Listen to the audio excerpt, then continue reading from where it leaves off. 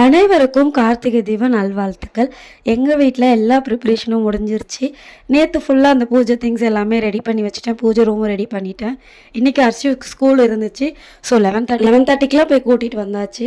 நேற்று கொஞ்சம் பூஜை ரூம் எல்லாம் க்ளீன் பண்ணுறது, விளக்கு க்ளீன் பண்ணுறது எல்லாமே முடிச்சாச்சு. இன்றைக்கி இந்த குட்டி குட்டி விளக்கெல்லாம் வாங்கிட்டு வந்திருந்தேன்ல, ஆல்ரெடி என்கிட்ட இருந்த கொஞ்சம் விளக்கும் புதுசாக வாங்கிட்டு இருந்தேன். டோட்டலாக அவங்க வந்து ஒரு 27 விளக்கு கண்டிப்பாக ஏற்றணும் அப்படின்னு சொல்லுவாங்க. அப்படி முடியலன்னா நீங்கள் ஒத்தப்படையில் உங்ககிட்ட எத்தனை விளக்கு இருக்கோ அது நீங்கள் ஏற்றிக்கலாம். எனக்கு தெரிஞ்ச சின்ன கோலம், எனக்கு எப்பயுமே இந்த ஸ்டார் கோலம், அப்புறம் ரங்கோலி கோலம் தெரியும். அந்த புள்ளி வச்சுலாம் அதிகமாக போட தெரியாது. எனக்கு தெரிஞ்ச ஏதோ சிம்பிளாக ஒரு கோலம் போட்டுக்கிட்டேன். ஈவினிங் இனிமேல் தான் வந்து விளக்கேற்ற போகிறோம்.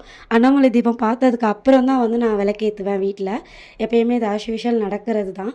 வீடு க்ளீனிங் எல்லாமே முடிஞ்சிருச்சு. இதுக்கப்புறம் ஈவினிங் எப்போ வரும் வெயிட் பண்ணிகிட்ருக்கேன். கோலம்லாம் போட்டதுக்கப்புறம் ரொம்பவே நல்லா இருந்துச்சு. நாளைக்கு விலாகில் பார்க்கலாம். இந்த விலாக் பிடிச்சிருந்தா மறக்காமல் சப்ஸ்கிரைப் பண்ணிக்கோங்க. பாய்.